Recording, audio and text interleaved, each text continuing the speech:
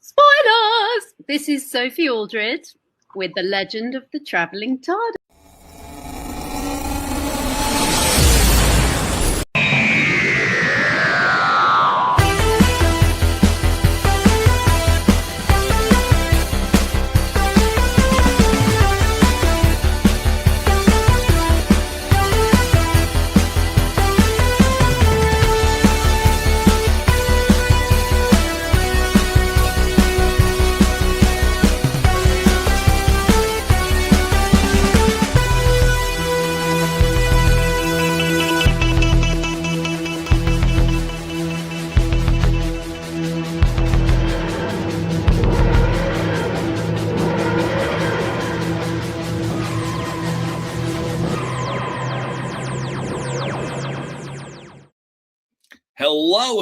Hello. Welcome to the Legend of the Traveling TARDIS. How are you, my fellow Whovians? I'm wonderful. I hope you are wonderful too, because we're here for Lux. The second episode? Yeah, we're on the second episode of the new season of Doctor Who. I'm super excited about it, and I'm not the only one here. So let's start with, we're going to start with Christian. And then I'll shuffle him off to the corner because we've got a full packed house today. Christian's going to be off in the corner. Shuffle me off to the corner. Yep. I'll be producing the show, so I'll be behind the scenes. And I dare you all to try to out-chat me today. Go put your chats in. Don't forget, let me pull this up over here. Don't forget, welcome, fellow Whovians. Tonight we're going to be, as Dave said, the second episode of the second series with Gatwa. Tonight we will be reviewing Doctor Who Lux. Post your comments in the chat, 1 through 10, 1 being bad, 10 being great, and all the numbers in between. And comment what you tell us. We're going to do the panelists tonight first, and then we will be moving over to the chats to see what you got. And of course, you can always comment on what we rated the episode. So go ahead, Dave. Send me back. Send me back to the back. Yay! All right. Who else do we have from the other side of the pond? We've got the Candyman. Hey guys, can someone turn the light on?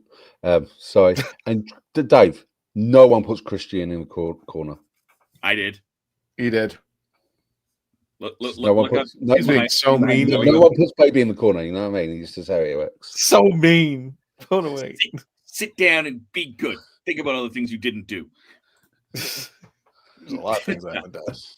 Who else do we have?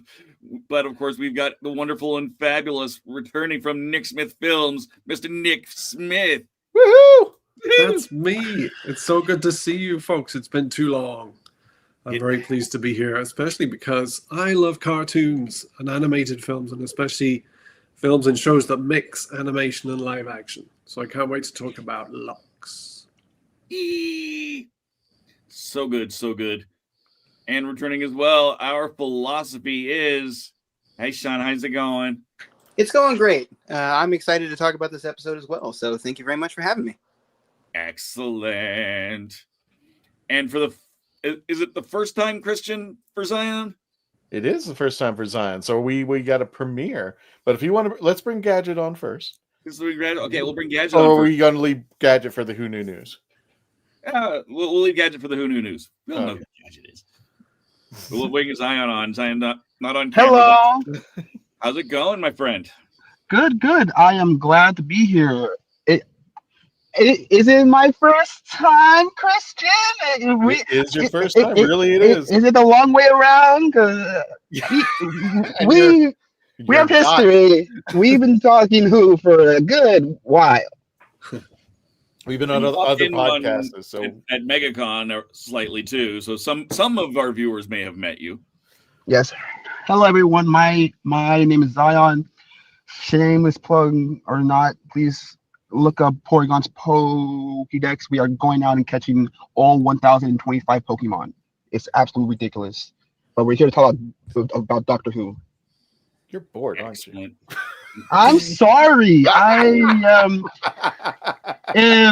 I was a companion, he'd drop me off at the drop of a hat, because I'd say, let's go see the Declaration of Independence being written, and he's like, oh my God, this is boring. Put that channel into our private chat if you have access there, Zion, and we'll make sure we get it up on screen at the end of the show. Yeah, you go. Will do. Thank you. And last but not least, we've got Gadget, who's going to be doing our Who Knew News here in a moment. Mm-hmm. Hey, Gadget, how's it going? Hanging in there and stuff. You can see the fun background I got right now, because I figured, why not go toony? Howl's Moving Castle. That's more toony can you get. Exactly. Mm-hmm. But Christian, if you think we're ready, why don't you run the news? Oh, hell, we'll never be ready, but here we go.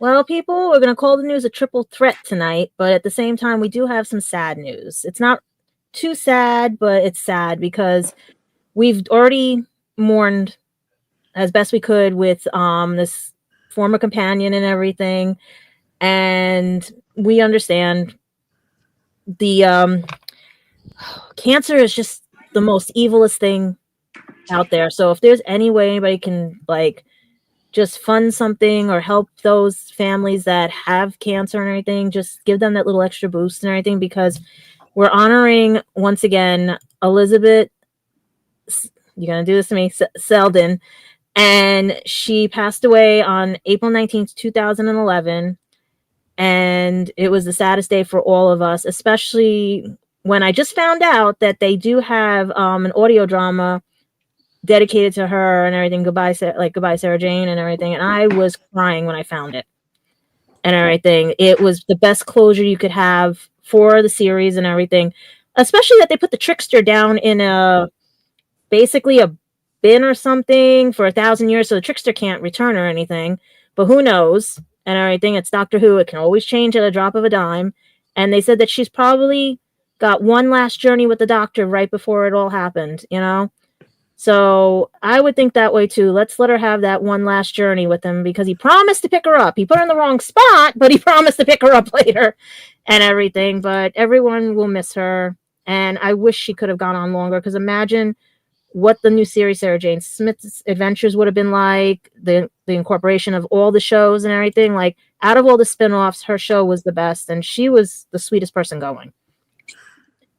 And I hope her daughter can maybe come visit sometime and everything, and maybe become the next Sarah Jane Adventures series. Well, she's doing the audio. She's doing the Big Finish audio now. I'm hoping that she got primed. She gets to be Sarah Jane Prime in the show, or like some. I'm hoping some kind of like off nephew or something like that. But yeah, it's we miss her dearly. But if you get a chance, if you really love Sarah Jane, her daughter, oh God, Sadie Miller, is taking on the role in audio form with Tim Treloar as the third Doctor. So you definitely want to check that out when you get a chance. And also, if you can find it on YouTube or anything, Sarah Jane's Goodbye, because like I said, you bring tissues, because the way they did it was the most heartfelt ending to everything, and it worked and everything. And Sophie's in there too. The only thing I'm a little bit bitter about this is that I remember when Art TD ended the Sarah Jane Adventures the way he did. He wanted Sarah Jane to like be out in the universe, right, with no ending, because the Doctor doesn't like endings, and he didn't think she deserved an ending. As far as we're concerned, she's still running out there, you know, doing her thing, investigating and solving stuff, and she's with Mr. Smith and all the team. But then they put out that short, and I was like, oh. And now they found hope, because they could probably spin it off, and someone else can take care of Mr. Smith now. Well, they finally gave it an ending, or at least when Ncuti and David meet up together, they talk about Sarah Jane in the past. So I'm like, it's just that's the heartbreak of everything. I even have on my YouTube channel, I did a farewell when she passed away and everything, and it was like, she's the reason I got into science and everything when I was watching Doctor Who, because I had a teacher that literally didn't think girls could be in STEM and all the other stuff, and watching her with the Doctor, like solving problems, doing things like, you know, girls can do anything guys can do. And that's what actually got me my A back in science class and everything, because of her.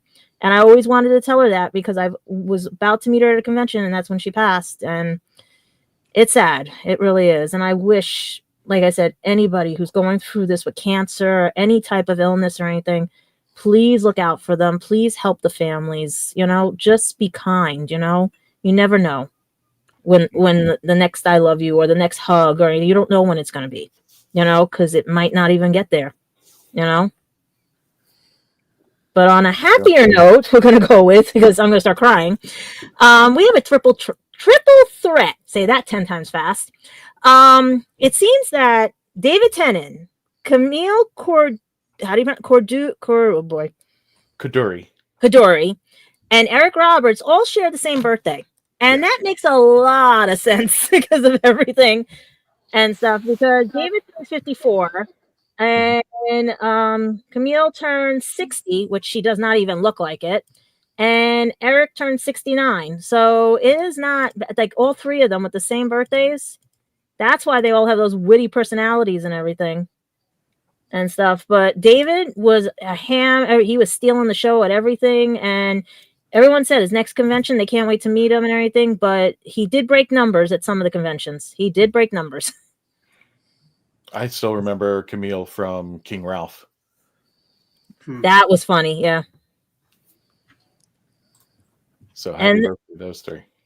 And then to tie into what tonight we have, because since we're going to be all wacky and toony and stuff and everything, also a shout out, I don't know if Christian, you got it right and everything, to Katsuki Bakugo, or Murder Explosion Dynamite from My Hero Academia. His birthday was on April 20th, 4/20, which everyone's like, oh, he's got a very interesting birthday, but we won't go there. We don't want to get demonetized and everything. But if you have that... It's not 4/20 in the UK. It's 24. Oh, your day is give me a 24. break. Everywhere else in the world, including Japan. We're still trying to get you guys to drive on the right side of the road for crying. out loud. Most of our fans will understand why it's funny that he has that birthday, especially if you watch the show and everything. But I figured since we're going into the tunes tonight, why not we give a shout out to a toon or an anime character that has a birthday this week and everything. And trust me, with the explosive personality this one has, I would love to see Lux and him, because they're both light and everything, go after each other and see what happens. You know? Speaking of explosive personalities, Zion, I found it. Yeah. There it Oh is. my god. He Oh, found it. no. That is awesome. We are putting You know- that up all night long. Yep. When you took that photo, I tried to make the question mark the right way, but that actually works. It being completely the other way. Mhm. Maybe we could flip over the picture. I Yeah. think I could go the other Yeah, way. and it looks yeah, but that's cool. Yeah. okay. It's fun. That's That's your the picture tonight. that is the last photo I had with that on umbrella. Little note. Me and Christian go all the way back to like a decade back, and that umbrella was like a big piece in us meeting. And that MegaCon, I lost it, and I'm glad that like you took that photo, because I think that's the first time I ever took a photo with the Traveling TARDIS. Aw. So like it's kind of poetic that it was the last. Oh, well, there's gonna be plenty more, brother. Definitely. gonna be Absolutely. plenty more. And Thank who you. knows? We might find it in England. We might find it another one somewhere, you know, or maybe they finally found it and they can send it back, you know, Yeah, maybe. Hopefully. and everything. But Everywhere. speaking of like events and everything, we also have another convention having some fun. As everyone knows, Gallifrey 1 has been changing their format and everything, and they just announced 5 new guests and everything. So we have Peter Davison as our beloved Fifth Doctor coming to for the series 20th anniversary and everything and stuff like that. They're saying for Big Finish and everything. Paul McGann is showing up for his appearance, as well as Daphne Ashbrook as usual, because those two always go together and everything. And it's Yi Ji Cho will also be showing up. So it will be the like a reunion of the Fox episode of Doctor Who and everything. But we also have Mrs. Flood showing up, Anita Dobson. So they were able to secure her, and she's still got tight lips. Everyone's saying they want her to show up and everything and stuff.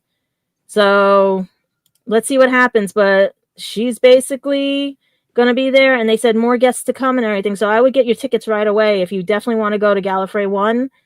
And if you don't want to go to Gallifrey 1, but you want to just sit at home and watch something interesting, John Barrowman, did I get it right, guys?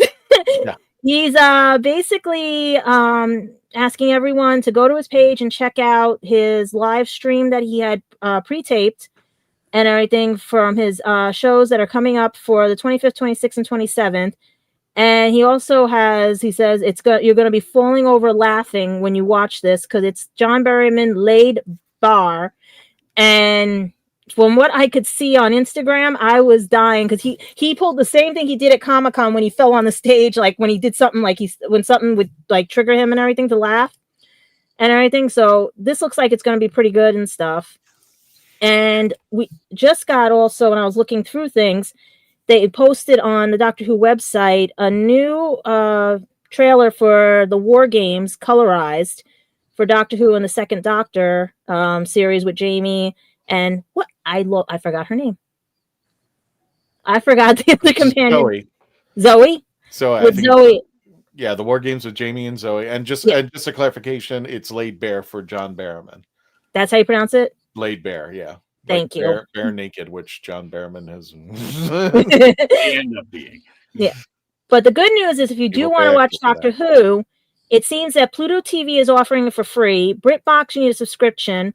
Roku, you need a premium subscription. And Fandango, you just $1.99. Is that so if you classic or modern? It looks like classic. It's a classic story recolorized, like they did with the story of the Daleks. So they've cut it down a little bit. Oh, you're talking about when they did the War Games. Yeah. Yeah. They're just re-releasing it on Pluto. Okay. I get you. Oh, also, Who was that? Who did that? Accidentally me. That was me trying to bring something up and what else Dad, have did you you say done? Mrs. Flood is going to be at the convention? Yes, at Gallifrey 1. They actually just got Anita and everything. So if anybody is really interested in going, they got her. They have the Fifth Doctor. They have the whole team from the Fox movie. They have, yeah. Well, I want her to go there, but if she does, if anyone has a camera or if anyone films it, she has to look into every camera. She can't walk by a camera. That she has to look into every camera and say something. I think that's in her contract. If we have enough cameras, maybe she'll spoil something. I don't know. We'll see. Well, everybody's got a theory on who she is and everything, but we don't know yet because this episode was a little weird too, especially.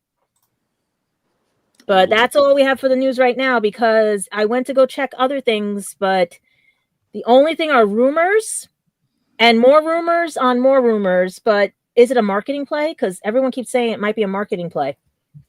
So that one I have to do a little more research on, but we might find out in the third episode if it was a marketing play that's going on and stuff. Because do you guys think it's over?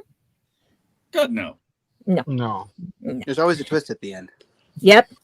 And everything. So with that, we're going to go back to regular review and hopefully I'll get some news blasts on anything because usually during the show I end up getting something sent to me and everything. But if it turns out it's something good, I will definitely break this and we can have breaking news, okay? So I hope you guys, you have anything else you want to say? Any conventions, anything right now to let our fans know where everybody is or what's going on? Until the end, but we'll go ahead and okay. close out the Who Knew News.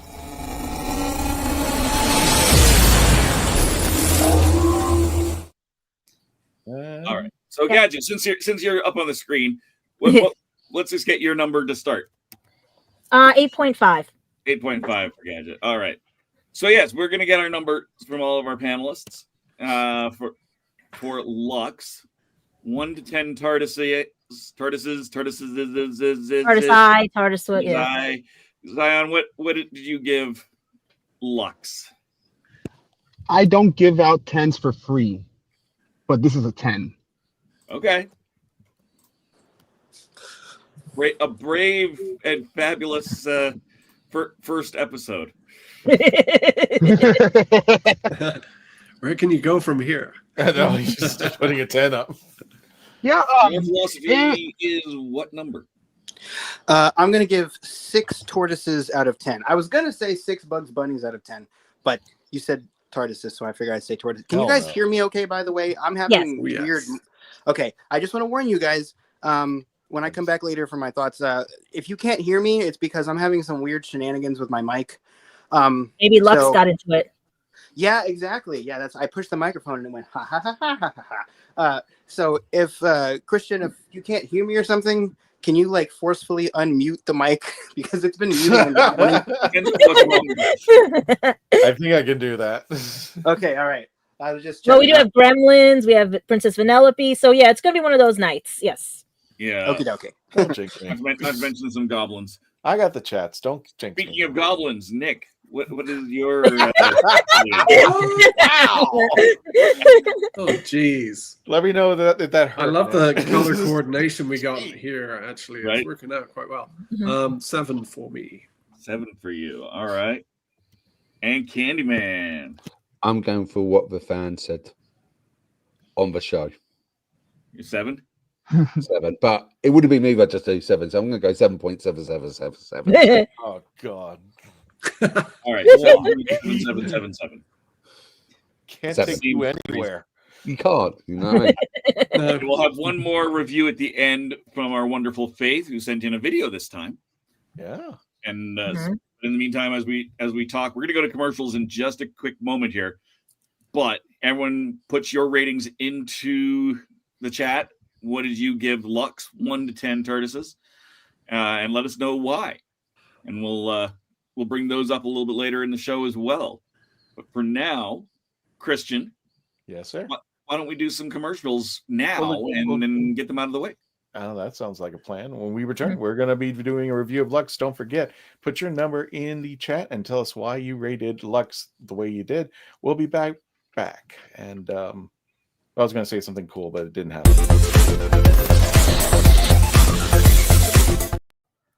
I'm author Mark Muncy. And I'm author Erica Lance. And this is Eerie Travels.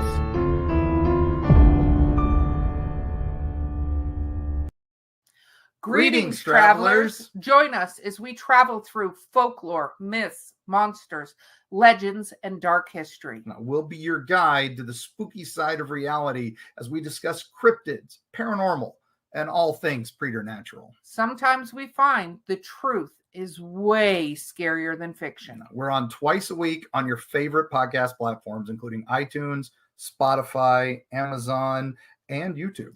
We have amazing guests from all of the areas of the strange and unusual, including witnesses, investigators, and more. Yeah, with Erica's curiosity and ridiculous array of pop culture and true crime knowledge. And Mark's decades of experience diving into folklore and the legends with the truth that's behind them. Yeah, so join us, travelers, as we take you to the edge of reality, and we'll see you on the other side.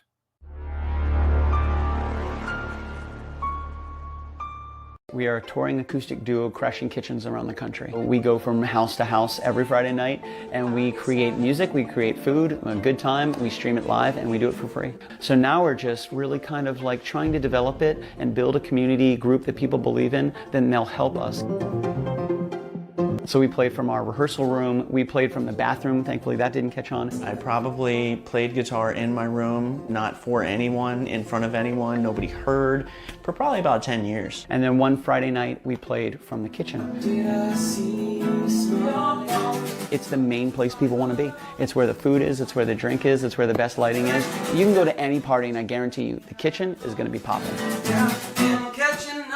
Our ultimate goal, I think, would be to crash kitchens every Friday all around the world.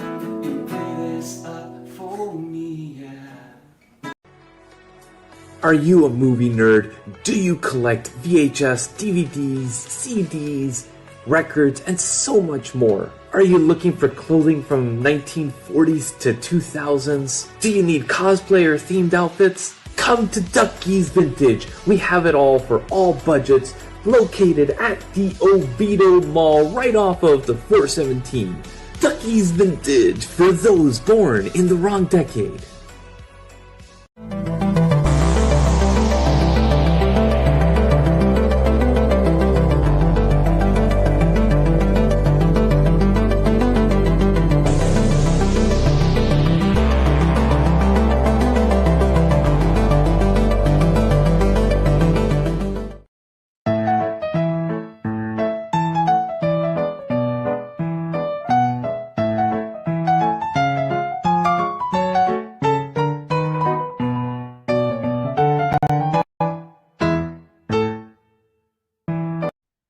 Hello, I'm Sadie Miller, and this is The Legend of the Traveling TARDIS.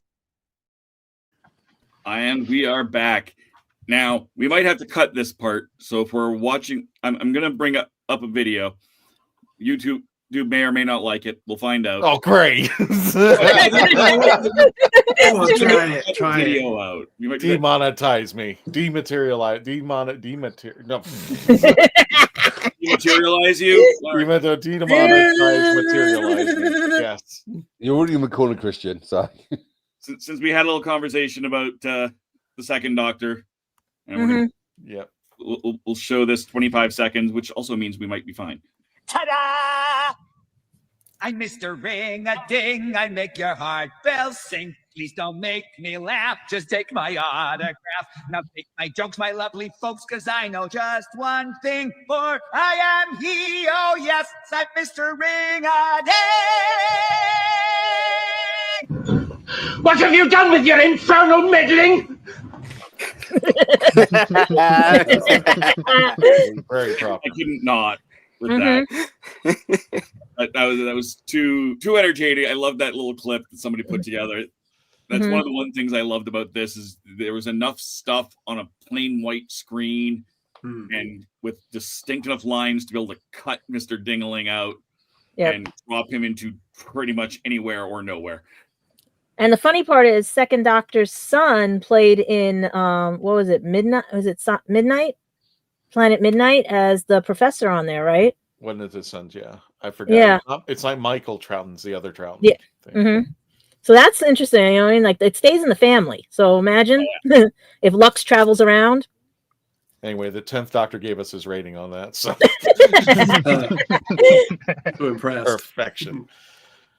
So let's start us off on the bottom. And I'm curious about this. So Sean, we've got you at a 6. So why only a 6? What yeah. I kind of thought that might be the question. I'm like 6. It's like, why though? Because I kind of thought that, like, I was looking around, I'm like, I don't know what anyone's like. I didn't know what the reviews were going to be before I talked to you guys, and I was like, I found myself on the low end again, and I was like, oh. And that's okay. We that's fine as long as you can justify it. Right. Well, I'm about to. So basically, I gave this episode a 6, essentially because I think it's fine. It has its ups and some downs. It has some kind of significant downs. I'm going to talk about in a second. But I want to talk about first, like, the things I like about this. But first, did you guys know that there was that this episode actually has a deep fake shot in it? Did you guys know that? I did not know that. No. Well, it's, you know, that shot of Belinda throwing the film canisters on the ground. A lot of people thought that was Varada Sethu, like, performing that shot. But actually, it was just a recycled shot of a BBC archivist from the 1960s handling old Doctor Who episodes, and they just put her face on it. So no, I'm kidding. Oh, someone went with that theory. Right. No, but it does. No, you got to, Sean. You got a reaction to that. There you go. What? Me? Very nice. Me? I did that. Oh my. We blame her. Oh my. It does. The episode does have some stuff I like. So basically, it's the silliness and it's the discourse. So the first thing I want to talk about is the discourse, because this episode does something I like. It addresses the fact that in the TARDIS, not everyone is going to be white, and not every time period is going to be friendly to that fact. I really like what the Doctor says. I paraphrase, but he basically said, I've toppled worlds. I let other people topple their own worlds sometimes. In the meantime, I live in it and I shine. That was great. I like that. Doesn't pretend it doesn't exist. Doesn't necessarily make the whole episode about it, which might not work too well with this particular kind of story they're trying to tell. This and Rosa, I like that the show is trying to explore that in a more realistic way, because a lot of us were curious about that, with Ncuti getting cast as the Doctor. As excited as I was for that, I was curious how they were going to handle that. So I like that. I also like the campiness and the silliness, which is, I think, probably what most people really liked about this episode, and I include myself in that. I like Mr. Ring-a-Ding. It is very silly. I like the fourth wall breaking. I don't mind that stuff. I'm a sucker for that stuff. The Doctor crawling through the screen, like, that's my stuff, right? I love all of that. The Scooby-Doo animation part made me laugh, and like all of that was great. So, by the way, the fans being, and I'm going to come back to the fans in a second. There's a specific thing with the fans I want to talk about that we see in the episode, like the three friends sitting on the couch. So the part where the episode started to take a little bit of turn for me, and I'm going to keep this as brief as I can because I know we got a lot of people to get through. Basically, when we invoked the gods again, for me, the Pantheon is not working all that well, because to me, an enemy that is OP but beatable is a lot more interesting than someone who's like, I have infinite power and there's nothing you can do about it. That's part of the reason I have trouble getting into Percy Jackson too. It's just like, I'm just a god and there's nothing you can do about it. It's like, that's not tremendously interesting to me. I like the Doctor Who spin of, hey, this is a vampire, but it's actually an alien, or this is an alien that's presenting itself as a god or a ghost. Like, I like that angle. And, well, the Doctor has definitely defeated some gods in the past. He had to bring in some supernatural shenanigans, and in sci-fi, the rules are already lax. And when you do that, it makes the rules even more lax.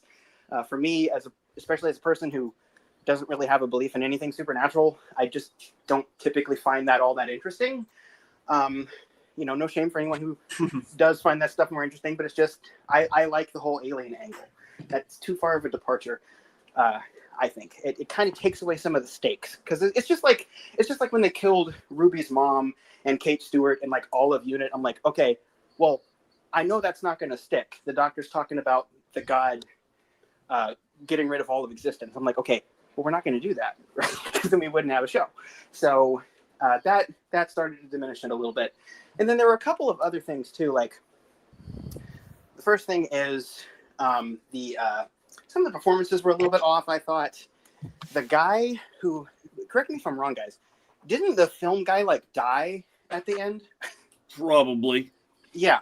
You don't see it, but probably. Right. It's implied.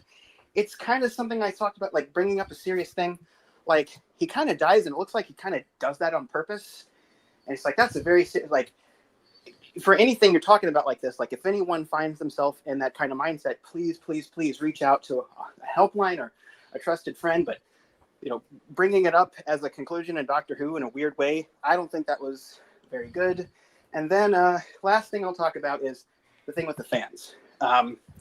So at one point, one of the fans says, "R.I.P. Doctor Who." A lot of people probably talked about that. I understand that Russell T. Davies is an ambassador for Doctor Who.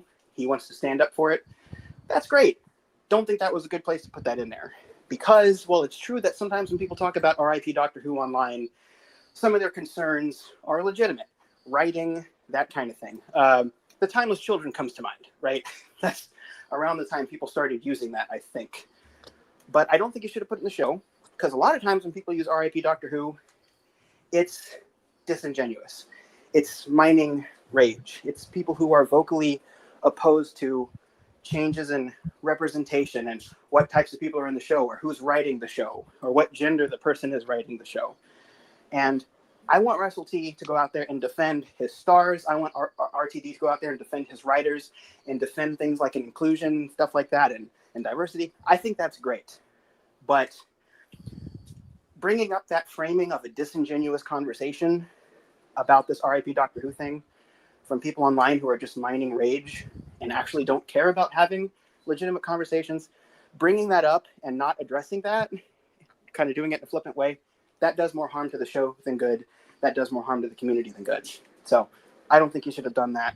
And honestly, embracing myself for impact whenever stuff like that's in the show, because I like to be online sometimes, right?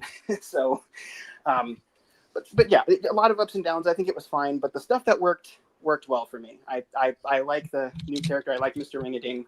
It's a lot of fun. So yeah, 6. So here's a question for you.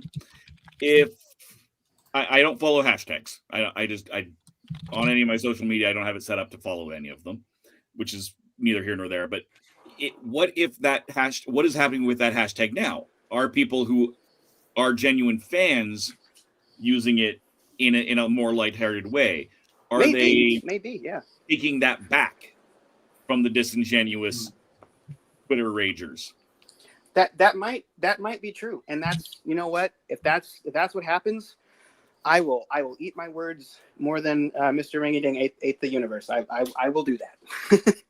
I hope you end up having to do that. I have no idea if that's the case, but you know, I'd like to think that it's something a little bit more like that, and I'm very curious to see what the rest of this group has to say in general, but especially about the fans, because that is something that has been kind of a bantering back and forth. Was this good? Was this bad? Was this good? Was this bad?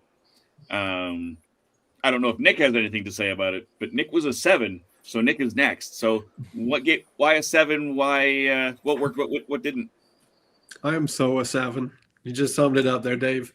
Yeah, I mean, I like what you say about, you know, taking back a hashtag or taking back even a word or a name, because RTD's done that before. That does seem like something he would do. I really like this episode, and I'm very happy that the show is back, you know, for a second year in a row. Wow. I loved all the, you know, the meta stuff. The issues I have are more kind of technical and aesthetic than anything else. My big question is, why is this set in the 50s? And why didn't they go with it completely? I lived in Miami for 3 years, so when I heard it was going to be set in Miami, I'm like, ooh, Miami. Yes, please. Well, it's a huge melting pot of different cultures. It's the gateway to Latin America. Everyone's on the hustle. It's a really fascinating place, but I don't really get a sense that we were there from this episode. It's Space Florida. Yeah, Space Everybody Florida. remembers that. I would have liked to have seen more Latin characters, for example. This is Miami, after all. It could have been anywhere USA, and I guess that was really the point. Mr. Ring-a-Ding, he seemed more like a 90s cartoon. So if you're going to set, your story in the 50s, make it a 50s style cartoon and make him funny. They made the same mistake as the Joker 2, Folie à Deux. If anyone saw the cartoon that starts that movie, hurt, dude. That really it's not funny, is it? Yeah. Mr. Ring-a-Ding is not an interesting cartoon character. He's not like a Bugs Bunny or something like that. If you watch the beginning, he's just saying hello to somebody. Yawn. I would have liked them to really use the kind of cartoon universe, the potential of cartoons from the beginning. Anything can happen in a cartoon. He could wrap himself around a lamppost if he wanted to. You can have sight gags, you can have slapstick. But instead, he's just saying hello to someone and being kind of boring. So that was interesting to see how they were trying to do what they could technically, but also set it in a very specific period, the 50s. I'm still kind of wrapping my head around how the Doctor says that he shines. He doesn't get involved all the time with, with the planet's affairs. He said it with dignity, but I think right now we need heroes to make a stand. We can't just be shining. We need to do more. And the Doctor that I look up to would be more active. He wouldn't just say, it's human rights. I'm not human. I'm not getting involved in that. He'd kind of nudge things in the right direction, I hope. Well, Otherwise, it was really he cool. did, just not in that scene and not that particular Doctor. Yeah, exactly. The Doctor has very much nudged the course of racial segregation in the U.S. Definitely, and maybe he's changing his mind. Maybe he wants to get less involved. Maybe he knows he's already done it. Yeah. You can't do it, right? There's only so much you can do. And in the middle of the night, in the middle of another Scooby-Doo adventure, I don't think would have been it had to be addressed, but I don't think it needed to be addressed any more than that. Yeah, it didn't have to be hammered home. Yeah. So I totally agree with what Sean said about that, and also about the gods. The gods are being done too much for me. I loved it when the Seventh Doctor faced the gods of Ragnarok, because that was a surprise. He's faced off against regular alien monsters, but these are creatures of vast power. But if we have a god of the week or even a god of the year, that becomes old. And we have these gods who are supposed to be omnipotent, omnipresent. And yet the Doctor defeats them over and over again. It's not really working for me either. So that's why it's getting the 7. As far as Mrs. Flood, I am fed up with Flood. I don't know what's going on with her. She just tears me out of the story by looking at the camera. I like the idea of, kind of having an arc go over 2 years instead of just 1. Trying something different, cool. But not with Flood, please. No more Flood. That's fair. Mm-hmm. And yeah, to a certain extent, Mrs. Flood is almost mixing with what they already did with Susan Twist a little bit. Yeah, exactly. I'm definitely curious to see. I'm curious to see where they go and whether it will pay off, because we know that RTD2 has not always stuck the landing, if you will. Yeah, but what a great show, apart from that, with the fans, the surprises, the kind of cartoon messing with the frames and jumping out of movies. As a big movie nerd, I loved all that stuff. There is so much to enjoy. So yeah, maybe 7 and a tiny bit. 7 and a tiny bit. How about 7.7776? Nope. That still doesn't miss my order and puts you just below Mark's 7.7777. So yeah, I'm still struggling with this series. It's still too shiny. If you look at the cinema, it's supposed to be not set in 1952s, but it doesn't feel like it's 1952s. It's got LED lights up the stairs, which they wouldn't have in 1952s. They didn't have where the band would be playing in an old cinema. It's a different part of Miami. But the BBC part. It seems to be very, very much shiny. And they're doing really, really good with the things, but they're just letting little tiny bits go. What I did notice, watching it from my laptop on Saturday morning and then rewatching it on a 55-inch 4K, I love the special effects they did with the different times of the cartoons, which you didn't pick up when I was watching it on a small screen. So, like, they would have like the film grain in the cartoon, and as they got into 3D, they got the film grain got better and better, and then when Mr. Ringading goes into 3D, you actually see the wire meshing. Yeah, which I thought was a really good idea, going from a 2D to a 3D, but using wire meshing to do that. That was brilliant. But I'm just finding it, it's not about having the gods, because like in classic Doctor Who, especially with the Seventh Doctor, yes, he faced Ragnarok, but he also faced Fenric, and he also faced a demon. So having a god thinking about every week, I'm not really that bit. I'm not bothered with. What I am bothered is it doesn't seem paradoxical. It doesn't seem like the Doctor's on the edge. You know what I mean? If he makes one mistake, like he did in when he basically made Ace basically stop having faith within the Doctor. I like that. I love that. Because that was a paradox. He had to sacrifice his Ace's belief in the Doctor to defeat Fenric. And with these gods, I don't do it. I don't see it. The film tape which you just put up there, where it is, that was exactly the same thing they really did with Maestro. With music notes. We just changed it with music notes with film. And I just I don't know why I'm not liking this season this much as I did. It just didn't feel it's hitting the mark for me, to be perfectly honest with you. And that's probably why I hit it sevens. The fans, I didn't like what they cups. I'm not sure if you guys saw, but they had the cups and each of them had a slightly different cup. So the first one, Lizzie, says don't blink. The guy had the canine cup, and Robin says Robin needs to hydrate rather than exterminate, which I thought was quite good. Me with the fans, when I first watched it, I was like, oh, why did RTD do this? Why did he take a cheap shot at the fans?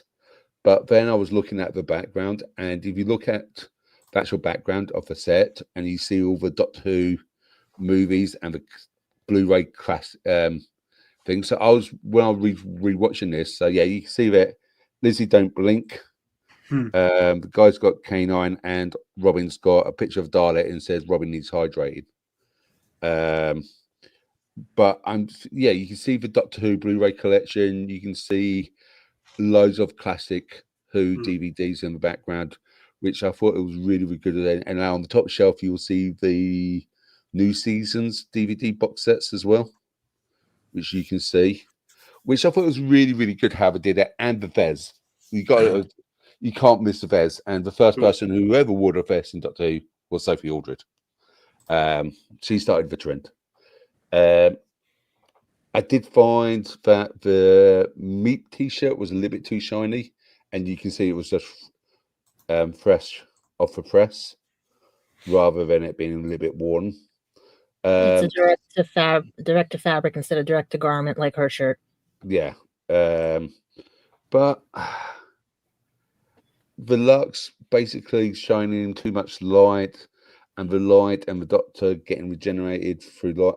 No, the camera wouldn't be powerful enough to get the light through the Doctor, and that's a bit outside, right? It's Yeah. powerful enough to give life to Lux. Well, that's what I mean. It's like, didn't they do that in what's it called? Angels in Manhattan or something like that? No, the Peter Capaldi one when he regenerated all the Daleks. Magicians. The Sorcerer's Apprentice. Sorcerer's Apprentice. Yeah. Yeah. Where he basically gave the Daleks the power to regenerate. I was referring to River Song. Where I think the Angels Take Manhattan or something like that. When when River Song broke her wrist or something, and the Doctor healed her with regenerative power. Yeah, but then the lights going through him to get regeneration power. No, it just didn't work for me. But on the whole, the animation, absolutely brilliant. The cameras still looking too shiny for the years, but they were a beautiful thing. When you go to the British Film Institute on the South Bank, you will see cameras like that stacked around the complex. I don't know. I'm just going to give it 7.7 recurring. I think the ending was a little bit like, oh, your body's made out of 80% water, but you can still drown. So what we did with Lux is he's made out of light, so we gave him more light so he can suck it all up and disappear. It was a bit uneventful, if you know what I mean. Yeah, I can get what you're saying there. So I just want it to be more like in the episode in last season with Boom. I know not a lot of people like Boom, where he stood on that mine, which he mentioned it again. I thought Boom was really, really good episode because he had that paradoxical, like if he moved, he'll get blown up. Yeah. I don't see this in this season at the moment. I don't see that he's got to make that choice of if he does one thing, it's going to screw up. If he does the other thing, it's going to screw up. He just seems to have a way to get out of it, if you know what I mean. Yeah. Yeah, Candyman, I see the same thing. I'm not worried about this Doctor. He's not in trouble enough. Even when he's having his hearts exposed in this show, he's already come up with the solution. I don't feel like he's in danger. No. So that's the disconnect for me. So the stakes aren't high enough. The stakes are like they're not high enough, and that's I think. Even like within Waters of Mars, where the 10th Doctor goes Time Lord victorious, and he still screws up because she just shoots herself. You know what I mean? In the can't remember what her name was. Adelaide. Yeah, she goes in the room, okay, and takes it out, and that means he lost something. He was trying to do something good and tried to make everything go to normal, but in doing so, he's caused something else. And this is what I don't see happening with Ncuti Gatwa's Doctor. It's just too shiny. Okay. Now, Gadget. Gave it an 8.5. Yeah, they touched on a few things I was going to talk about, like the thing about being different in 1952 because I had family members go through that and everything. Yeah, I'm very creative. Also, the thing I wanted to bring up was, remember how they keep saying the Doctor's a god and everything and stuff? But what if she's a god and all that? Because I was watching it and it's like, don't make me laugh, don't do this. But he was more like the Fleischman cartoons, more like Betty Boop and everything, which technically I'm surprised we're not censored for Betty Boop because if you know the history on Betty Boop and everything. But what got me was she's always, like I said, in yellow, and she was matching the cartoon character that Lux was talking to while he's in blue with a bow tie, the same as Lux. And I'm thinking, is it parallel, this episode? Was that them being cartoons already cartoons? Or was it, But at the same time, right before they entered the theater or right before they left the TARDIS and everything, I noticed something that was on the console, behind the console while she was talking and everything. And also it had to do with her name as well, because she's Belinda Chandra. And if you go with the Hindu text and everything, Chandra is the moon goddess, is crucial in Hindu astrology, influences human behavior, agriculture, and timing of rituals, embodies the reflection and nourishing aspects of the cosmos. Okay? And it's funny, she has a half moon sitting behind her as she's talking to the doctor, but she's still wearing that sunflower and still in yellow. But if you go where the sun god, the opposite of Syria, is a prominent sun god in Hinduism, going back to the Vedic text, he often shows riding a chariot representing the sun's journey across the sky, associated with life-giving qualities, healing, and dispelling darkness. So did his light dispel Lux's darkness, even though Lux was part of light? And is he the sun and she the moon? But using opposite color schemes and everything. So that's what got me thinking in the first part of it. Everything else with me, because my family, my aunt was a ticket collector at RKO and everything, I know about like the theaters and everything. Some theaters were like that, where they got to see the news and everything, because that's all you had. There were no TVs. Most people didn't have like 3 sets like we have, or a mini phone and everything. But what got me was the way they had, this was too, like Mark said, too bright color. It should have been more muted, because even with the colorization came out in 1930s and everything, they were muted colors. These were just too bright to everything. Like this episode, this being shown here is more like she said, Scooby-Doo, because this looks like the 1960s, 1970s of Scooby-Doo and everything. That color style, that color palette and everything, going into how the 90s to 2000s, and then combining the live action, even though live action was combined back in the, I think it was it still in the 50s or maybe the 40s, with Tom and Jerry, and one of the famous dancers, they combined live action with that in one of their movies and everything. So I like that concept and all that, but the reason I gave it 8.5 was because it just didn't move. It was funny in some points. It was crazy, like they're making fun of us bloggers, YouTubers, everything, vloggers, about how we review these shows and everything when they met up with the fans and everything. But what really stood out to me was that him basically being cooked by light, you know? Like, there's no way. The doctor already showed his hearts once in episode 1. Is he going to make this a habit? He's going to show his hearts again in now episode 2. But what got me was, what is Lux has not done? Like, what has he not done? He didn't laugh himself to death like they did in Roger Rabbit. He basically absorbed enough light to burn himself up to be part of the cosmos and everything. So, but I know I'm dancing around the subject of the other parts, because they did mention about Rock Hudson, and a lot of people didn't like that they were mentioning it, because the way she portrayed it, because of her medical training history and everything. But I also know why they also used Rock Hudson as well, because it was a nod to what's going on in the series and everything, to acknowledge those of different orientations, different everything. But most people just saw this as like a deadpan episode. I like the fact that they were the opposite characters, like I said, from the cartoon characters and everything, because they were more like comedic and everything. Like when he says cut, who am I saying cut to? They just, to me, felt like it was a show within a show, and they were affected by the around them. Because I thought going into this, oh, Lux is going to take them, turn them into cartoons, and now they have to go in the cartoon world and try to get out. Not this quick go, let's go and terrorize all the bloggers and everything, you know. But it was funny to see how they would break the fourth wall. But it's been broken with the 8th Doctor in the Doctor Who magazine.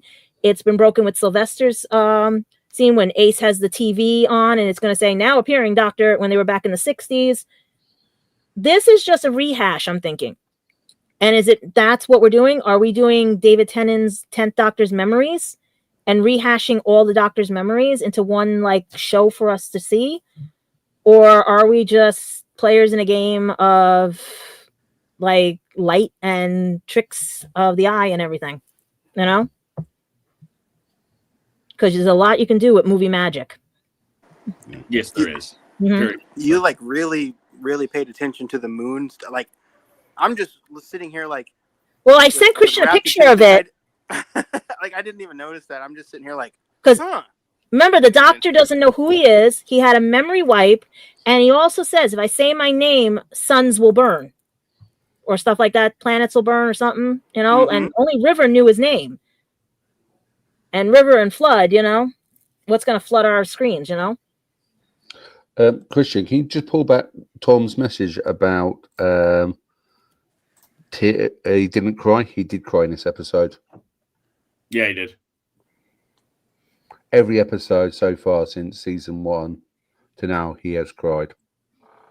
And again, it was at the death of characters he's liked. The fans. In this case, the fans. When realizing, well, they're dead. And as soon as I leave, I've effectively killed them.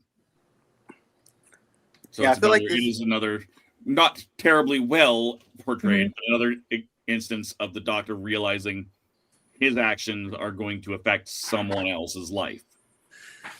But she wasn't catching on in that part with them. That was the sad part. Yeah. Like, she didn't realize. He's like, oh no. Like, he was about to cry again and stuff. And he did cry. I didn't see it. That's the thing. Unless it was because of the little screen. It was subtler, but he did, yeah. Yeah. Yeah, I feel like both times he's cried, because we've had 2 episodes, it's kind of been like, because someone's been lost, you know?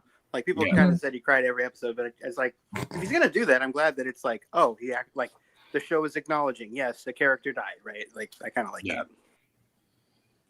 I'm hearing people want to start a drinking game from that.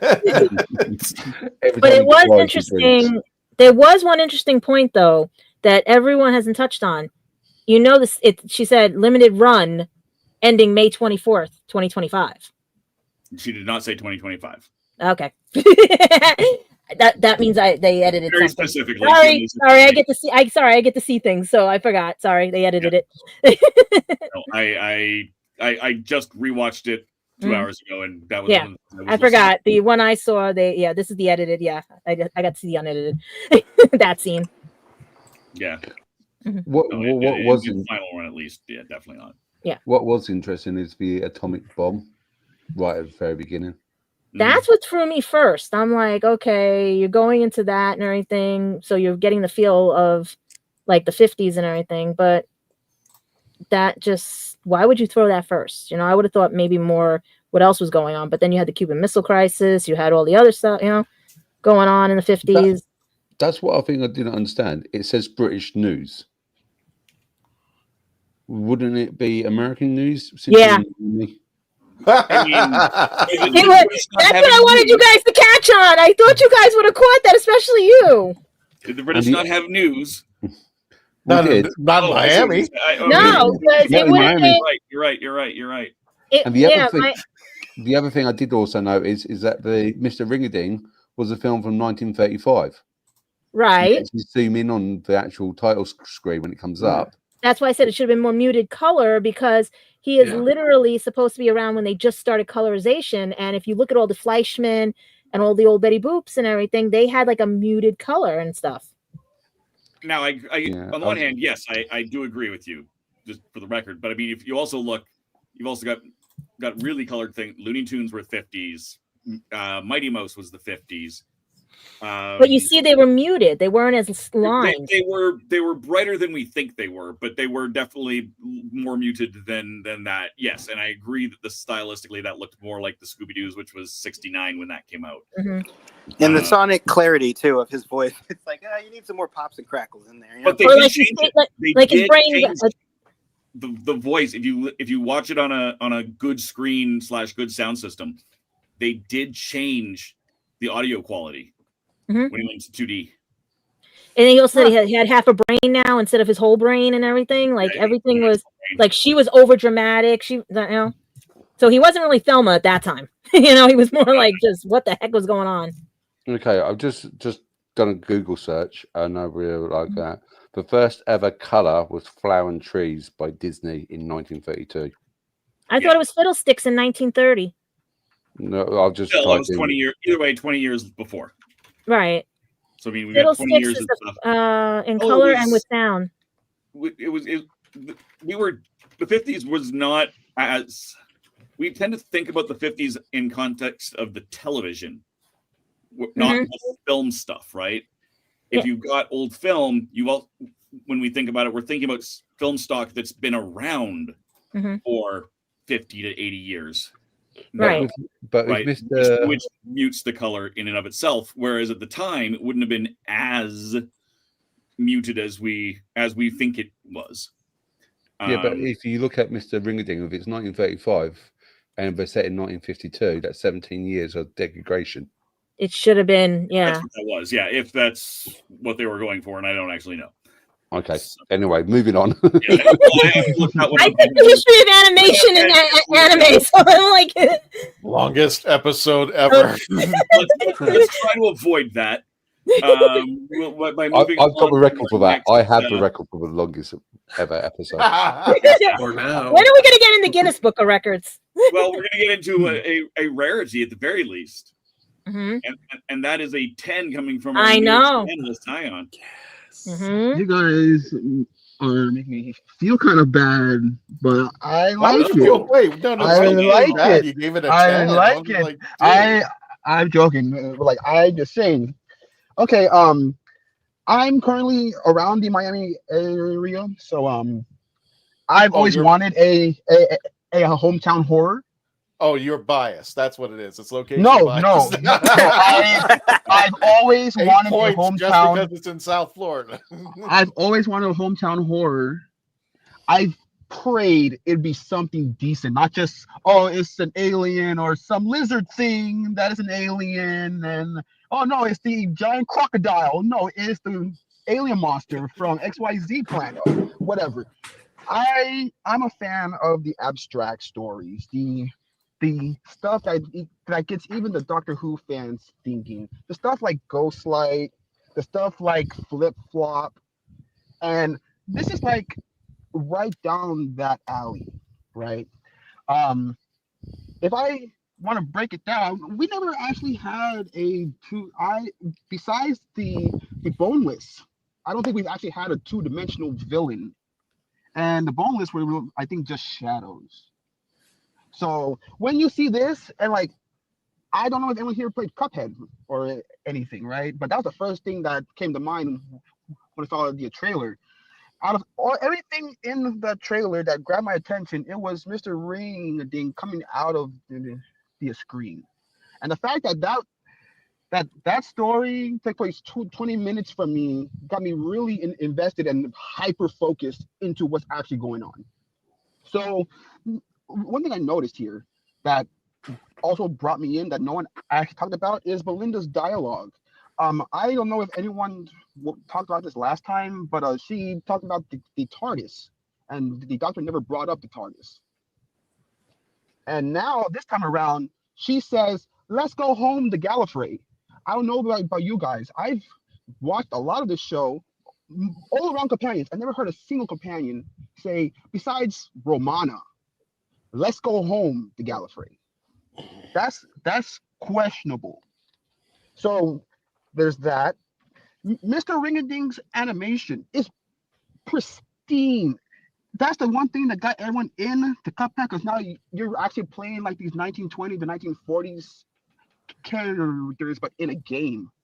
And to see it come to life, kind of like what's the thing? Who Framed Mr. Roger Rabbit, but in Doctor Who form. I found it really, really creative. Like, we went out of the box here.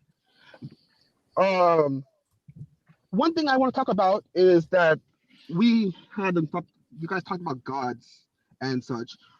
I kind of want to talk about this. Are they really gods, or are they extra dimensional beings? Because, like, if we want to take it down to a point, right? People can say, like with Q, if you put technology all the way to a certain point and it's so far ahead, it becomes magic, right?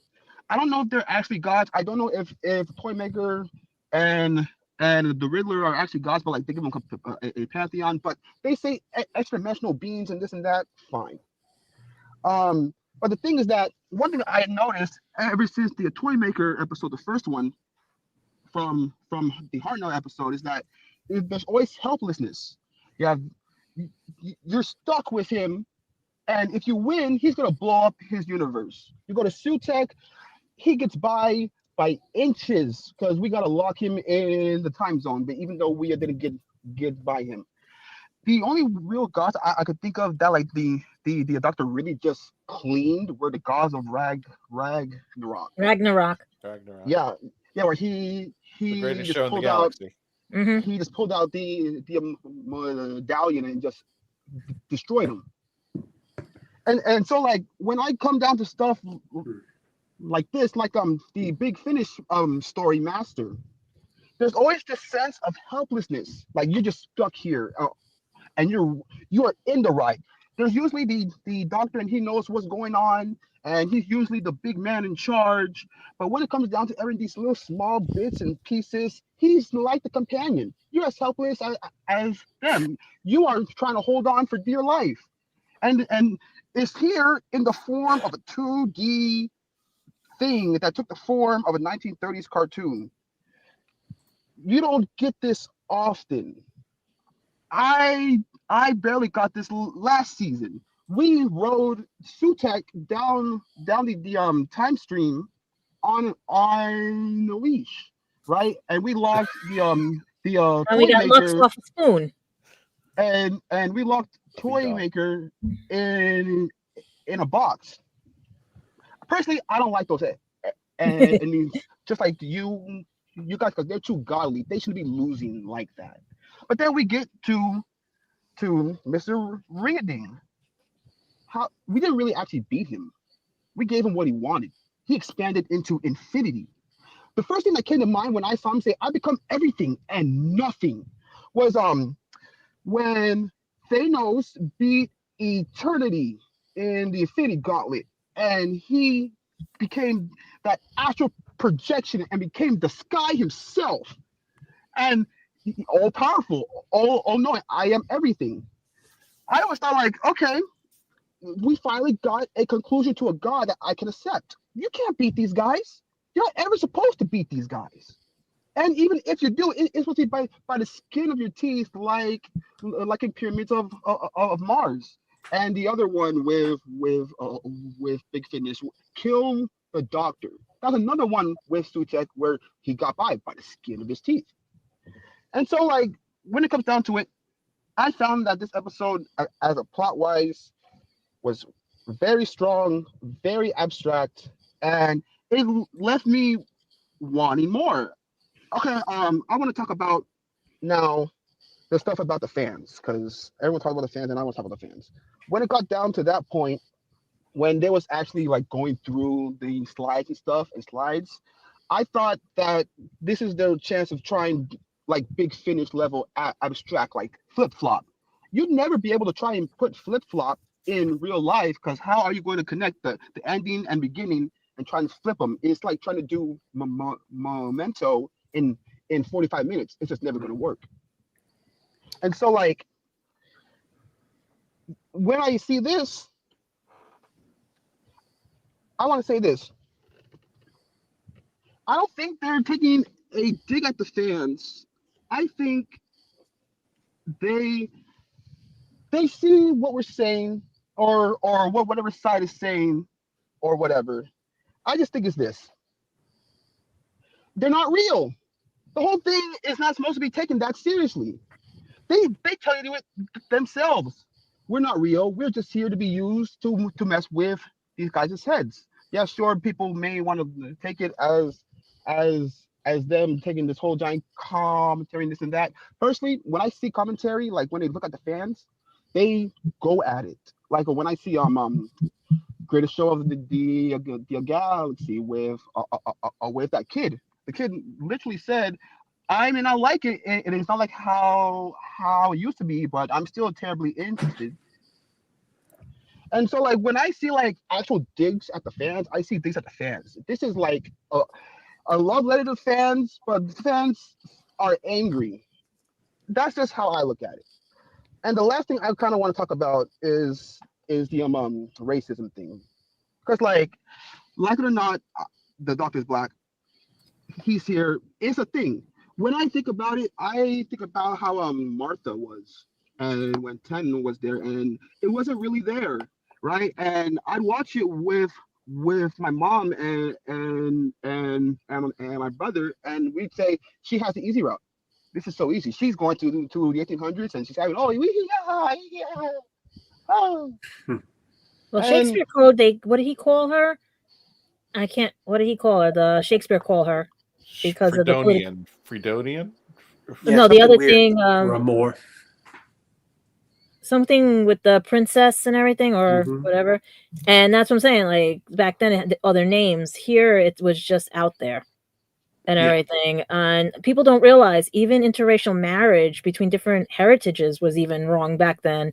Like the same with Belinda. She's considered also not welcome and everything because he said it in the coffee house that they just turned a blind eye right now because they don't believe in that. But like he said, you know, people want to say, at least this is how I see it. People want to say that they talked about it a bit too much. They talked about it like 2 times.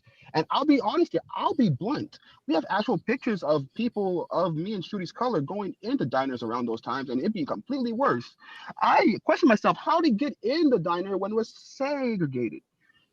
At night, they turned a blind eye. Off that alone it makes it light. Like she said at the table, if you don't say anything, I can talk to them. Yeah, this is the nicest segregated diner I've ever seen in my life. So just off that, I'm glad they brought it up. But the fact that people are saying, "Oh, it's too much," and this and that, I'm glad it's here because again, that was people don't like it, but that was part of the city. They don't realize a lot of states couldn't get married and you couldn't be seen. Was segregated. Yeah, they don't realize it's only that long ago because I had to do my family married everything and anything, and they had to face some of that too. Some of my family had to face that during that time. But essentially, to put a cap on it, I think this episode was amazing. A 10 out of 10. I wish they'd go this left field or outside the taco more often. And I just want to leave you with this. Shooty's cried every episode, right? Yeah. He's like his eyes are like flooding. We have a character named Miss Flood. Unless I might be going crazy, I won't lie. But what if Miss Flood? This whole thing maybe has to do with Miss Flood, because again, we have the Mavity thing. We have now Shooty crying all the time. We even have sometimes of episodes being redone, like in the Sutek episode, we had almost a play-by-play recreation of Pyramids of Mars when Ford took Sarah Jane to the alternate 1980s, and it was a play-by-play. Something's going on here, and it revolves around an alternate 1980s, and this takes place in the 50s. No. I talk. No, you were hitting something. You were hitting something. What was I hitting? Back to the Future. I wasn't thinking about that. But yeah, essentially, just to put a cap on it, if you get these people go through the dialogue and script all the time, and I doubt there'd be any mistakes. So for her to bring up the TARDIS without the Doctor bringing up the TARDIS, and her saying "Let's go home" to Gallifrey, it leaves you cannot leave her alone. That's the number one thing I take away from this episode, is that there's more to Belinda than they're giving us. That there's more to her than there meets the eye. Yeah. Or the moon. Or the moon. Yeah. Even Ring-a-Ding's eyes had the moon in there. Yeah. Even Ring-a-Ding's eyes had the moon. Well, we knew that's an easy one with him coming in from Moonlight. But I like no, that. that's also all really good. Her name is Chandra, the Hindu goddess or god of the moon. Can I ask you guys can I ask you guys a question just real quick? Yeah. So we're on here with gods, and we don't really have like a basis or like a definitive what the pantheon is. So like when I heard like this guy with light and like I guess like they're like all related, then what does Lux have? Does Lux have to do something with light from Ghostlight, or like is he even part of the pantheon? It's like they're like kind of similar but not similar. Well, didn't he say his other name? The Arbiter? The Harbinger. Harbinger. Oh yeah, they brought back the Harbinger thing with the cinema letters falling Yeah, off. but he also said something about another name he had besides Lux. He had another name. Lux Imperator. That was it. Okay. Yeah. Still Lux. It's just everyone's dropping the Imperator because only said it once. The only other Lux I knew was in Silence of the Library. I'm just loving Daleks Are Forever comment right there. Thanks for reminding us. Oh yeah. What was That's why no cartoons were harmed during this either. Oh. You got that one, Christian? No cartoons were harmed? I don't. Like I said, I only have a limited amount of pictures. Oh man, because I sent you that one. It's a dinosaur. It's cute. A blue dinosaur. But I got this one still. That one I love. What was the comment? I can't see it on my screen. It says no cats were harmed during the taping of our show. So wow. Daleks Are Forever says at least no innocent cats were deceased unnecessarily. So yay. How do you know that cat was innocent? That's what I'm saying. No cats are Very rarely are cats innocent. Well, we know. Yeah, no cats are innocent. That being said, we're not going back to the cat. We're not going back to the cat. Not going back to the cat. The cat has more play than anybody else. Come on. Tastes like chicken. Which means it worked. He's the next companion. That would be good. A cat companion. I would the 15 the cat sitting on top of the console box on top of the console. Suddenly bats a switch. No, I'm here for that. Now RTD and all the ones are going to say, "Oh, we got to get a cat in the TARDIS." We have a companion called Cat 9, but instead of affirmative, it just says negative because cats just like they never listen. Like, Cat 9 is he German? He's walking around the TARDIS just knocking stuff over. That's all he's doing. Scratching his clothes in the wardrobe. Little fishy. Was that a German language joke? Because I said Cat 9 and you said the cat is German. Is that what? Yes. Very nice. I didn't even think of that. But didn't the Doctor regenerate in one of the comic books as a dog? Wait, was that in Who magazine? No. It was the Family of Blood sequel. There was supposed to be a spin-off or something, and that actually came to the fact that the Doctor could regenerate into other species. I'm like, okay, we're going way. Yeah, we're done. No, it is canon. Romana did it. She turned into a cat? No, she turned into different alien species. They should have the Doctor regenerate into an owl, and they should rename the series Doctor Who. Dr. Wu. That was bad.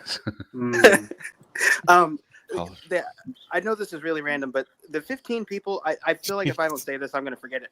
You said no cats were harmed. The 15 people were kind of traumatized, but when they were they're stuck in a film strip.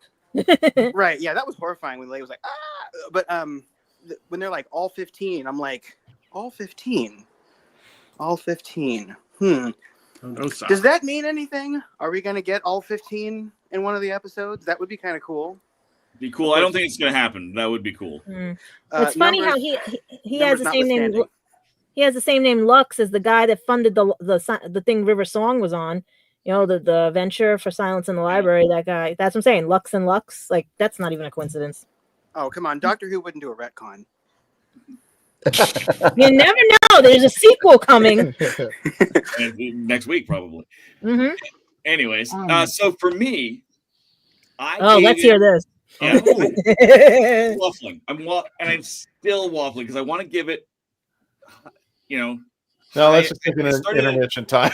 I just wanted to find a place to use this one. My popcorn now. No. Very funny. We're keeping that one. That one they said we got we're for definitely free. keeping that one. Yeah, we got it for free. The, and I have to thank somebody for that one. So thank you to the person who sent me that one. Yeah. I started at 9, and I think I'm going to pull it back to an 8.5. Okay. I loved most of it, and even some of the stuff that was, people here said are negatives, I haven't taken as negatives. I loved, and I sent you one picture, Christian, and it was the one. I can find it if you can. You loaded it. I did. You did.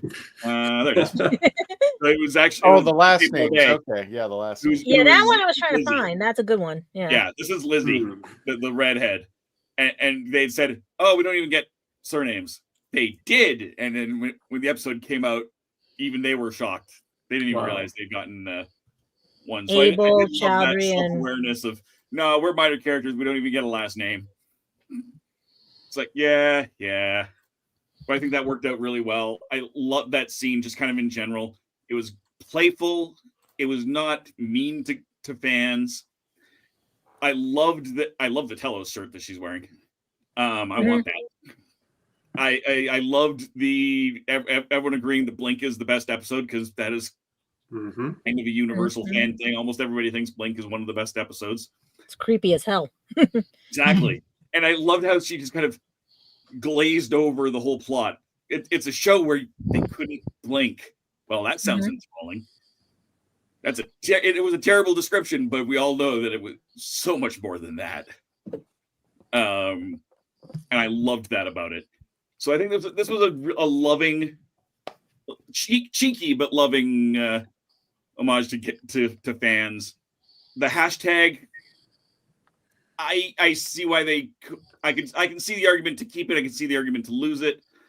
They could have added in a could have been hashtag spoilers.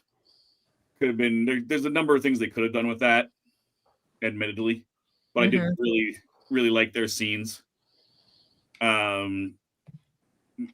This was cute. But Mr. Rengading was, and as near as I can tell, he's from 1935, still in universe. I can't find anything, right?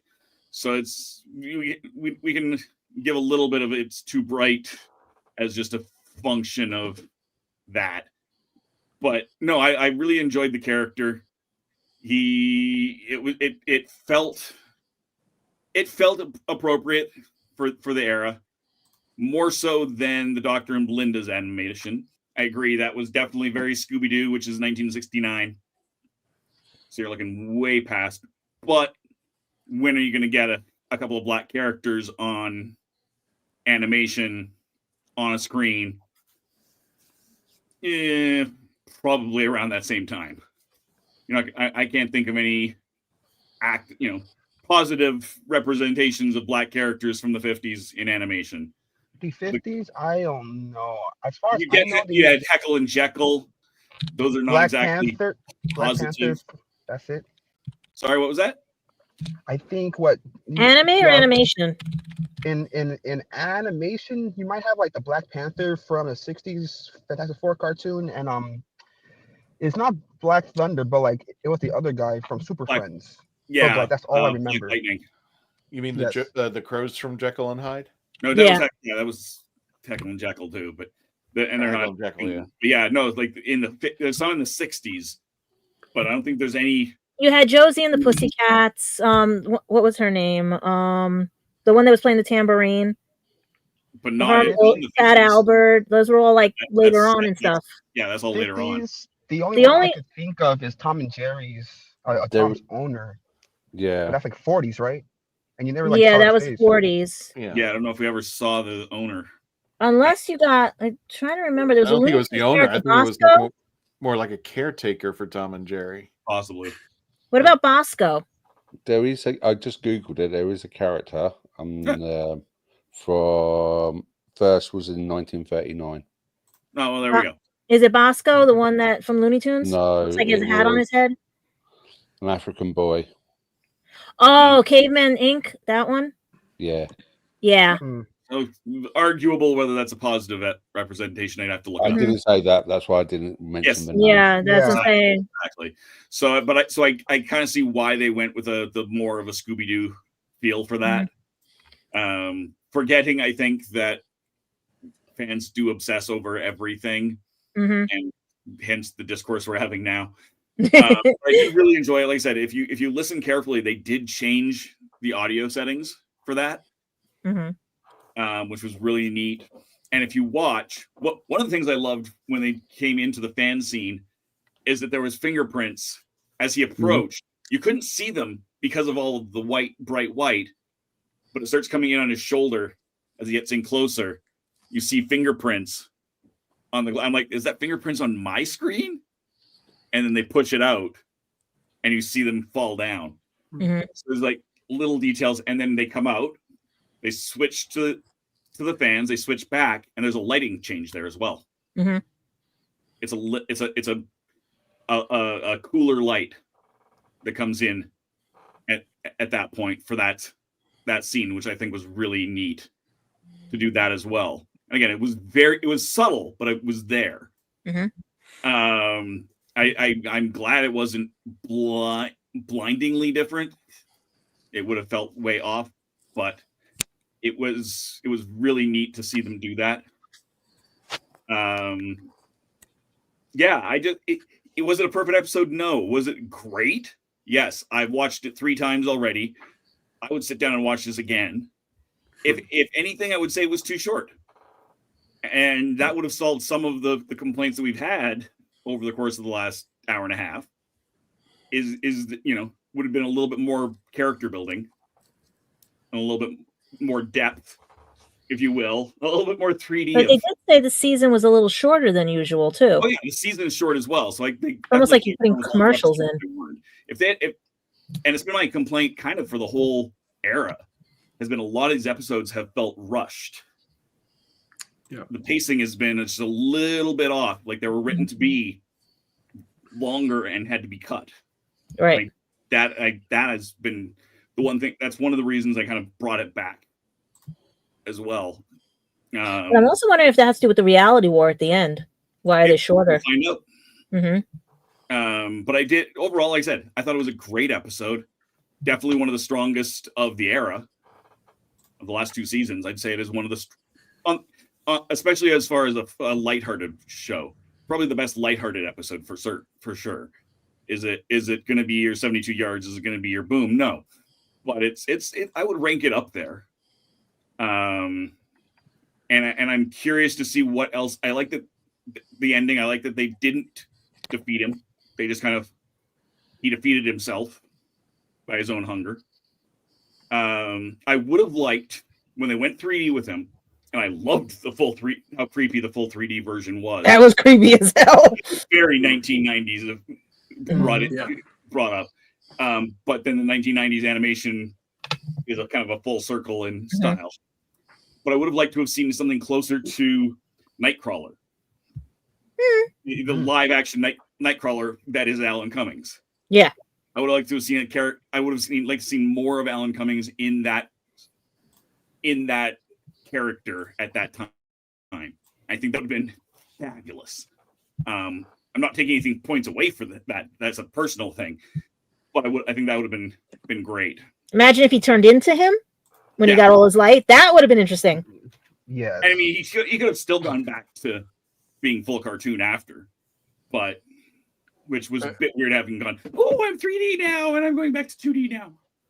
That's a budget thing. I hear copyright issues all over the place right now. I don't care you have extra budget. Stop that. But it's just funny how a spoon has led to so much craziness with this season and everything, even last season. Spoons.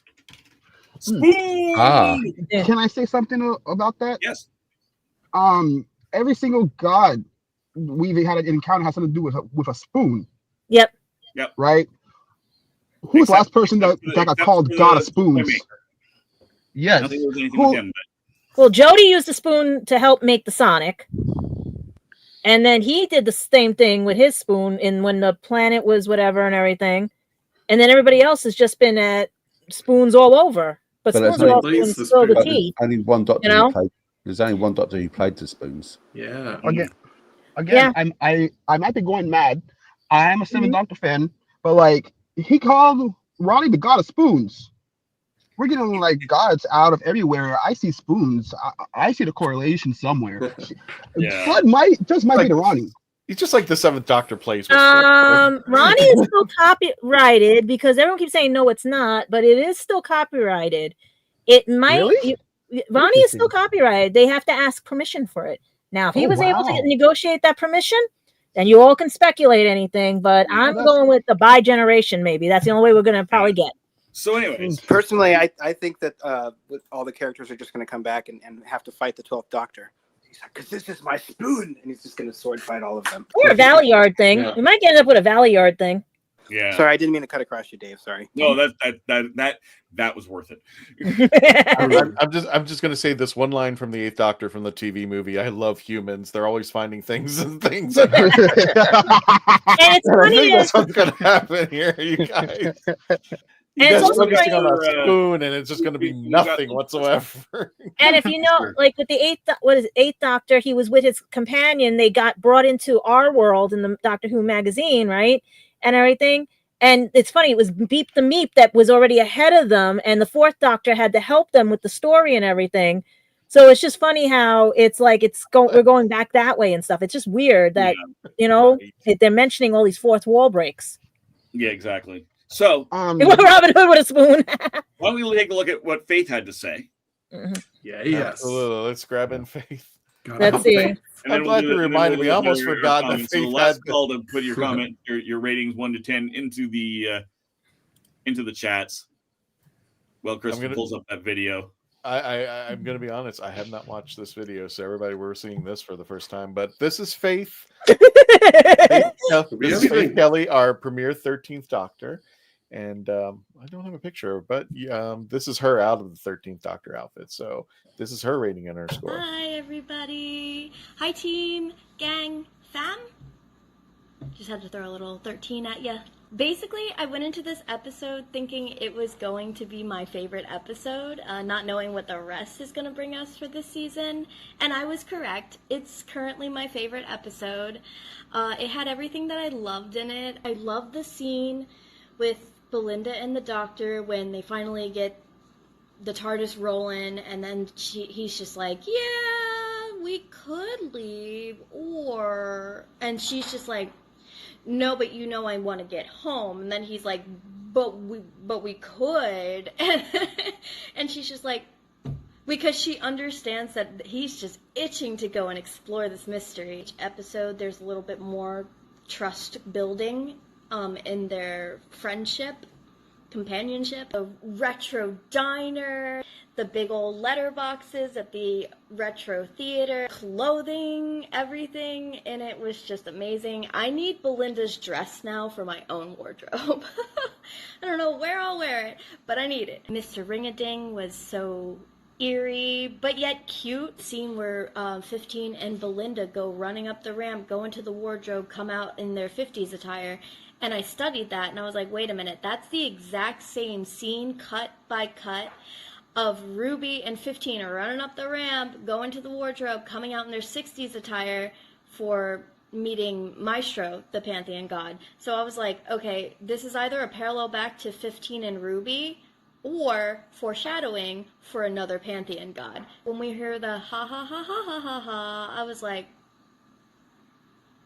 yep. The Doctor and Belinda realize that they need to come out of the screen, and then they look directly at us, so they break the fourth wall, come out of the screen, and it's actually an episode of Doctor Who. Was chef's kiss. I love that so much. The callbacks to Series 5, Murray Gold, I cried with the soundtrack playing. Fans who wore the scarf and the fez, I cried. 20 out of 10 for me. Amazing. I loved it so much.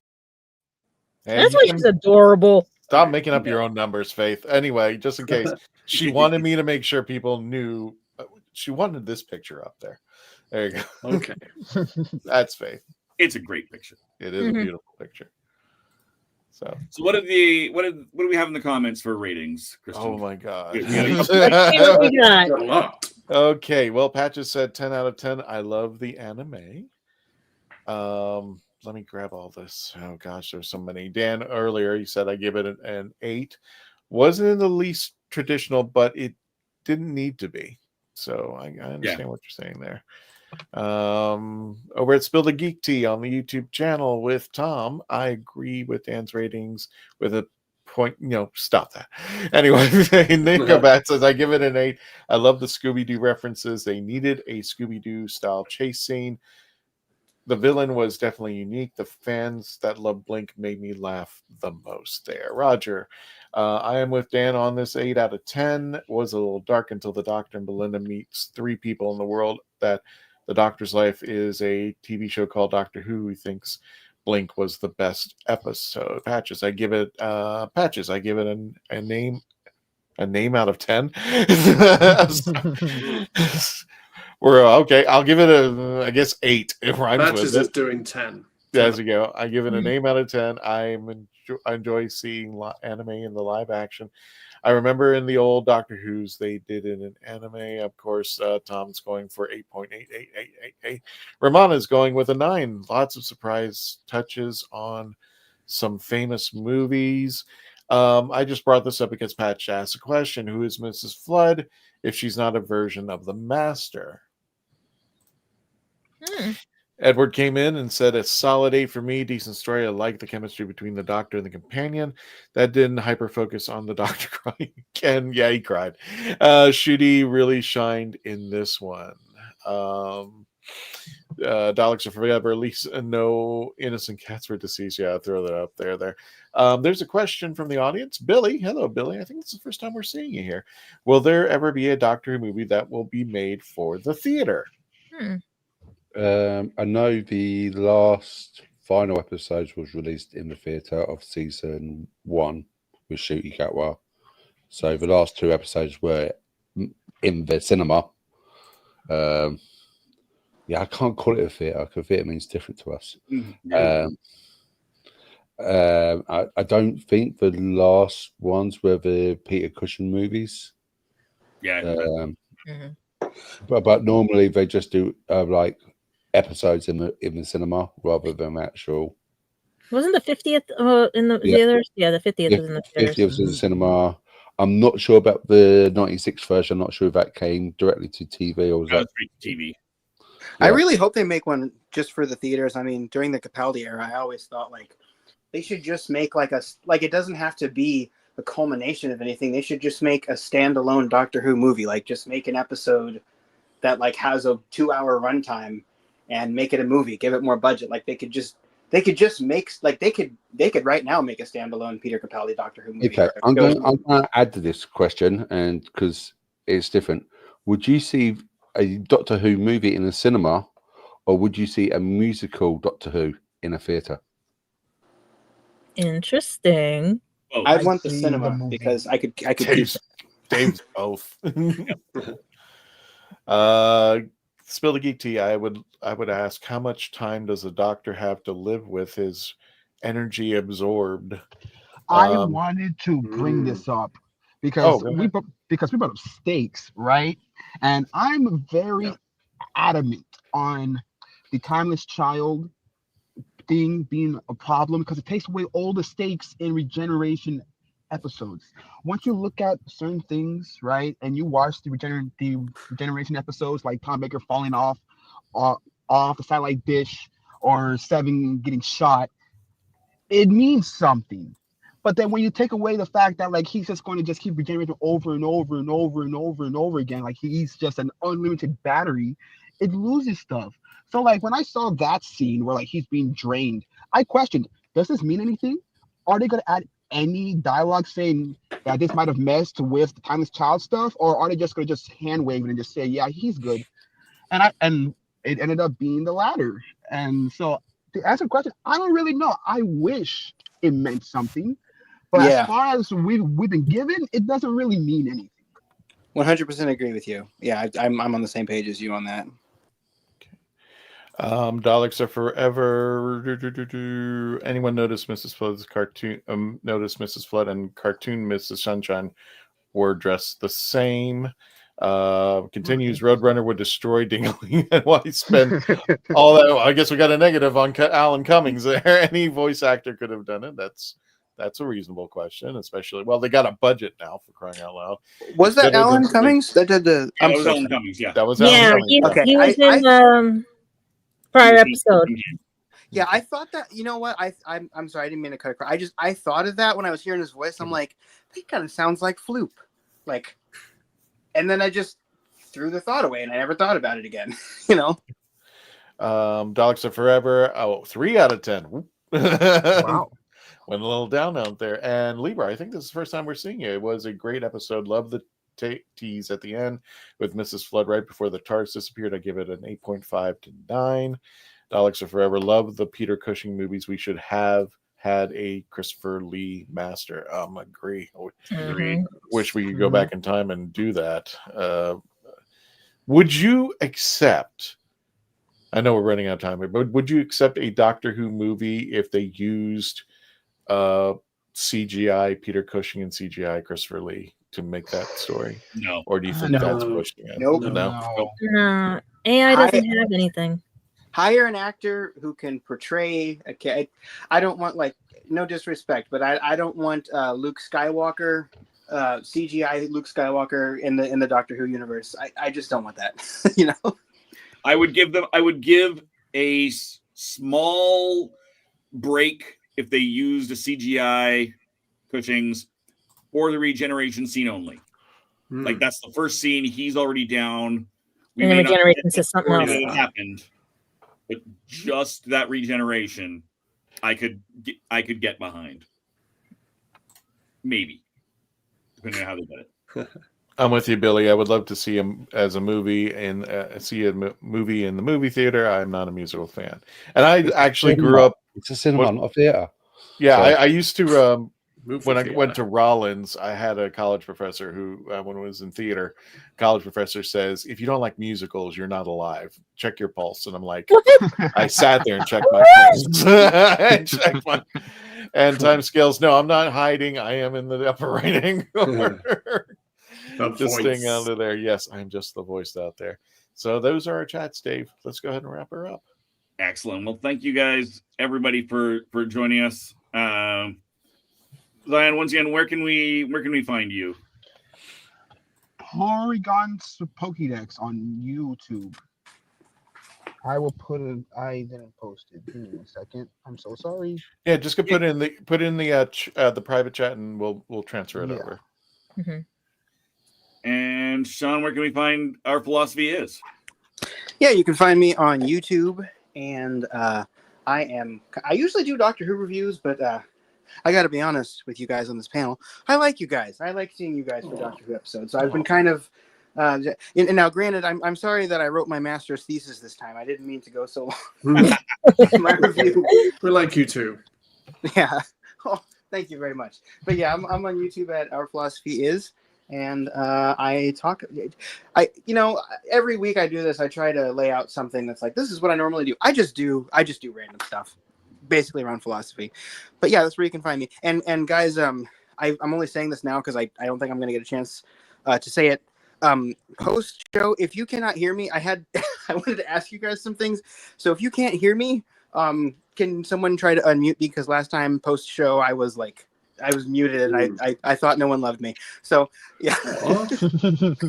We had a great show. Nobody likes you. Gotcha. Nobody likes you, Sean.